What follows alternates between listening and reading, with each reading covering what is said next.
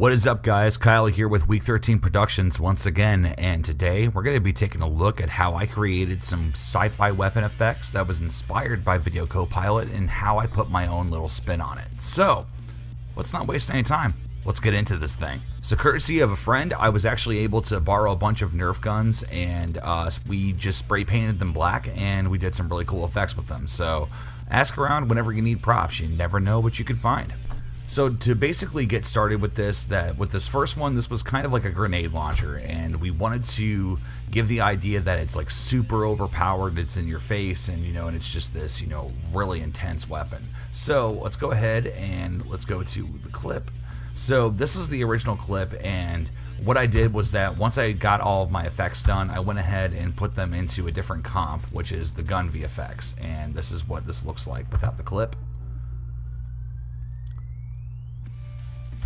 So it's a pretty simple concept. There's a lot of tracking that's going on here, and it's that kind of aspect. So the first null is the gun itself, and this is what I attached all of the HUD assets to. It's the same thing as the tutorial that I did before. I went ahead and just latched it onto one of the points on the gun with the tracker and just tracked motion frame by frame and made sure that it was sticking right to it. Because once you do that, the motion blur, all that stuff just works together really well. So what's happening here is that we obviously have the HUD pops up. There's a lens flare that kind of shows that the energy is charging, and then we kind of get to see through the gun and that there's energy that's powering up in here, which leads to the tip of the gun, and then it shoots out with a suppressor asset with Saber. Now, if you do not have Saber, Saber is something that Video Copilot made, and literally you can create lightsabers with this thing, and you can also do tons of other effects like Harry Potter effects. You can do electricity, you can do tons of stuff with this. It's literally only limited by your imagination. So that's a lot of what helps sell this effect, along with the smoke at the end of the suppressor effect. So this was just the painstaking process of going through and just making sure that all the points of the gun that I wanted tracked were tracked. And then I got more specific with it with, how did I want this charge up to look? And then, it's like, what's the end result? And like, what am I going for? Is it going to be just a straight up grenade launcher, or is it going to be something different? So with that being said, let's go ahead and look at this one piece at a time. So with this guy, this is just the lens flare starting up. Then the next one is that this is the next lens flare. And the one that's really, really cool is this guy. See how quick it is? But what I've done is I went ahead and looked at the side of the gun, and what I wanted to do was that I wanted to show that this energy was on the inside of it. So what I did was that I made sure that I made a mask around all the empty spaces, as you can see here, and then added some glow to it. And what really helped this effect was that I had a bunch of different things on it. I had the Video Copilot color vibrance, I had curves. I originally was going to use a radial blur, but I just decided against it because it didn't look the way that I wanted it to. And then there was a linear wipe. This is what helped it make it look like that the gun was actually shooting energy out of it, because it's very quick, but if you watch it,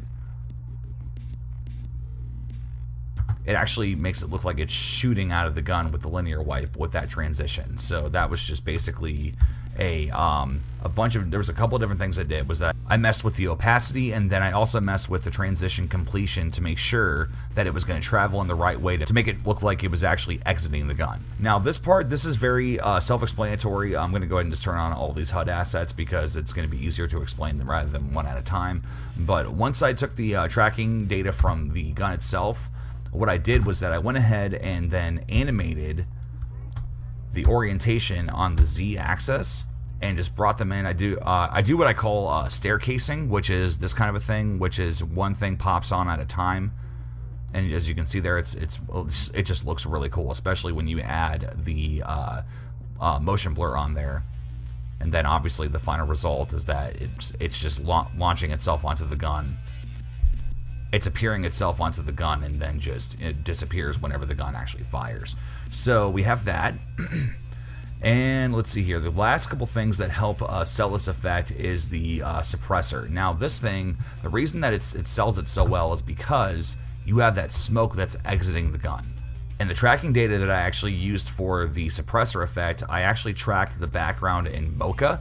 And it's really simple. Come up here in animation, then you track, let's see, track in Mocha AE once you have your actual original clip chosen, and then you can draw a shape around the background. And the best way to do that is to make sure that there's nothing that's interfering with that background. It's a pattern tracker, so you want to be sure that it's going to be able to capture all of the detail that it needs to. You want to try to find a background that's very still. I got lucky with these trees that there wasn't a lot of wind that day, so it took it as it was just like a wall, and it was able to make that motion be very, very convincing. So if you can actually see it, this null down here was the tracking data that I used for the background, and then that's what I went ahead and applied to the suppressor. So once again, with the suppressor, there was a glow and then there was a tint, and that was just to make it look as if it was actually glowing blue. It kind of has a weird like purple kind of thing going on there, so there was that. And the Saber Effect, this one's a little tricky because with this guy, you really have to kind of use your imagination on what you want it to look like. So here I had to mess with the end offset and the start offset, and you just have to mess with those until it looks like it's firing. So luckily with this one, it's a very quick effect, so you don't need it to, you know, be in your face too much. It's just a matter of just making it look like something is exiting the gun as it's doing right there. As far as all those effects are concerned, that's pretty much what went into the clip. Now, to really, really sell that this is a powerful gun, what I did was I went ahead and pre-comped all of this, and I added a camera shake, which you just mess with the anchor point at the beginning and then at the end, and then you use the wiggler, and then you can make it as jagged with the frequency and the magnitude, and then you add motion blur. The key to not having any black space around it, because that's the only issue with using the wiggler, is that you're going to have a lot of open space since that clip is only so big. What you want to do is you want to use motion tile, only use it for the moment that you want the wiggle to happen, and make the output width and height about 120. You don't need it to be anything too crazy. You don't want your computer to work harder than it has to, especially when it has to render out motion tile and it has to render out all of the motion blur that's going on. So, but we add all of our effects, we have all of our sound design. I did all of my sound design prior in Premiere Pro, and then I went ahead and replaced it as an After Effects composition, and then it brought everything into this comp. And then I made sure that if I ever pre-comped anything, that everything went back into this comp or stayed in this comp. That way everything would update in Premiere, and then I could just render it out one time. So that's the grenade launcher. So that was a lot of fun. It was just really cool. It's just, you know, it doesn't need to be too convincing because it's so quick, but it's a lot of fun. Especially, you know, I could sit here and watch this all day. So next up is our BFG, and I know it doesn't look anything like the real BFG from Doom, but that was just what we called it on set. But nevertheless, what we wanted to do was that we wanted to do something that was just going to be over the top, and maybe even if it didn't look real, it was still just going to be a lot of fun. So there's a couple of things that are going on here. So number one is that we have our usual HUD thing, which is just the exact same thing of how you track. This one was a lot simpler just because it was a motion of camera rather than the motion of the gun in the shot. So that was just, like I said, attaching to one of these points over here and just making sure the tracking data was cohesive and that it looked fine. And that was just, you know, that's basically how that went down. And I was actually able to use that tracking data for anything that I wanted to place on the gun, so that was a really helpful thing. The next thing was the muzzle flash and deciding what I wanted that to look like. And if you look here, is that the gun is actually in front of all of our glow and just all the different effects and stuff that was happening. So there was a lot of masking that I had to do frame by frame, and you can see that, you know, it's insane. Like it really helps sell the effect, but it's definitely time consuming when you have to make your elements be behind certain things. The biggest step forward that I used with this one was actually using a mat along this tree line with all this vegetation. So what I knew was whenever you make a track mat to be able to put things in the background, or if you're using sky replacement, whenever you have the white, that's what's going to essentially show, and then the black is what's going to be blocked. So what I did was that to make sure that everything was the exact same, I went ahead and I took the original clip, I duplicated it and made sure that I put a bunch of different effects on it to make it black and white. So if you look here, this is the new composition that I used, and I made sure the curves were just very highly contrasted and messed with the levels, inverted it, and then added a fast blur to be able to make it not so rigid and sharp for when the track mat went through. But so basically we have our fire assets, which I will get to here in a second. But what we did was that I wanted to be sure that when the fire assets were through, that you would see only the fire behind all the vegetation. Now, obviously, it's not as crisp, but still, what's going on here is that you can see that there's like minor black spots here that are helping work as a track mat, and it worked out really well. I was really happy with how that turned out, because even like here, granted, there's this kind of like this black line that's around this that I wasn't too happy with, but compared to what I had before, all the fire assets were just on top of everything, and I wanted to kind of give it some depth a little bit, so that helped out a lot. So I created the fire assets and went ahead and made a Luma mat out of it and made sure the mat was on top of it. As far as fire assets are concerned, the best way to work with fire and everything that you do, with fire, especially if you're working with an explosion, is that you want to have the explosion trigger in everything else that's going on. So we have the explosion first, and then as you can see, we have all these different fire elements that are going on. So if we look at these one at a time, so this is just the explosion element, and you're not going to see any of the tracking data here and stuff because that's all being done inside of this comp here. So so first the explosion, and then we have this fire. Now this is actually one of my favorite things about this comp. So if we turn this fire off, what you can see is happening is that I went ahead and made sure that the fire that was in the scene was cohesive with what's going on. So let's see here. Let's go ahead and turn some of these layers back on.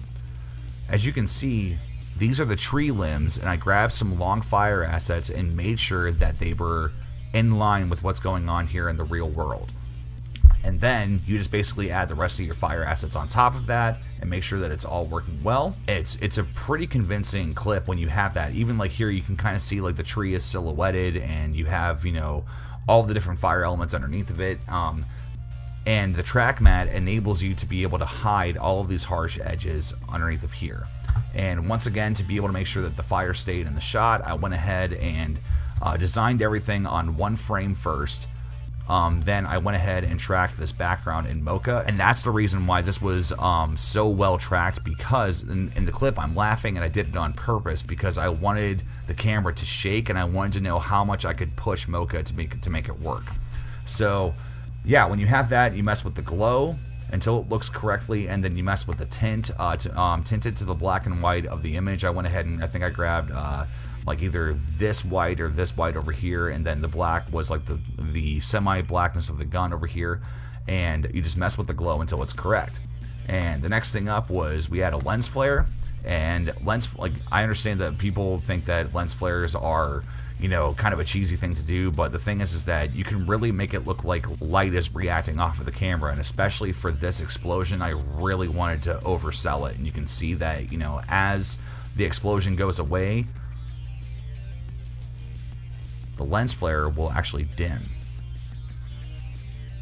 So we've got that, and the next thing up was I wanted to show the gun charging, and that I wanted it to fire, and it's basically the same concept as what I did with the other one, except this one had more of an aggressive lens flare in the beginning. So as you can see here, it starts up, and I just used Saber in the exact same way, just with different colors and just some different presets, and messed with the offset, and worked with different things. Like for this guy, like there were certain moments, like if you look with, if you see here, there are some masks and stuff that I had to create. I went ahead and used a solid and created a mat around it, and same deal, just went ahead and used the track mat, but you know, depending on how I wanted things to disappear or to be behind, I would have to use an alpha mat or an alpha inverted mat or a luma mat. You just got to mess with it and make sure that it looks right. So as you can see here, there's a couple spots here, and it's actually not as clean as probably what it should be, but you can see that his head actually goes in front of the HUD elements before they disappear, and that can really kill the entire illusion that there's, you know, these HUD elements there. You want to make sure that they all react the same way. And same kind of concept for the gun, and then, you know, with the muzzle flashes and stuff that I used, I believe that I used the same suppressor for this guy, and then this is the phaser effect, so let's go ahead and take a look at that. So yeah, so this guy had the gun masked out of it to make sure that it was in the foreground, and luckily with the compositing, I only needed to be able to kind of mask out the front of the gun here, because it's very quick, you don't need to worry about it too much, and it just makes it very convincing. So had I had a bit more time or whatever, or if I can figure out how to make it happen, I really want to figure out how to be able to get this tree line, or just, you know, different things in general, to make sure that it looks like they're separated in reality. Oh, and actually the matte, the one thing I forgot to mention is that without the white and black solids that I have here, this is what the original clip looked like. And the cool thing was that I already tracked this background in Mocha for the fire, but I was able to take that null over here and kind of fill in the black and white spaces that I needed for the matte to work properly. So this was just like, you know, with a mask that was going on with this one, and then same deal with that. And just tracking your footage background is just a good way to have a lot of your bases covered throughout the entire clip, and it just makes everything a lot easier. So that way you're like, oh well, if I need to add some more dust elements or something, I've already got a null object that's already tracked. So that helps out a lot. Like I said, HUD elements were the exact same thing. This animated the orientation to bring them on, as you can see right there, and this, you know, brought them on in different points. You know, I don't know if it even really makes that much sense, but it just looks really, really cool. Then once again, we made sure that we added a shake into the footage, and then that was it. Mess with the anchor points, and then use the wiggler and put on your motion blur, and then it'll be good to go. That's basically how the whole thing was done. It was something I wanted to try, and I really wanted to do it with my own props, and I wanted to see what kind of challenges I was going to run into, and then how things would work out. But not a bad start, if I do say so myself, but obviously I want to do nothing but get better. So any kind of critiques or any questions you guys have about this project, let me know. Until next time, this is Kyle with Week 13 Productions, and I will talk to you later.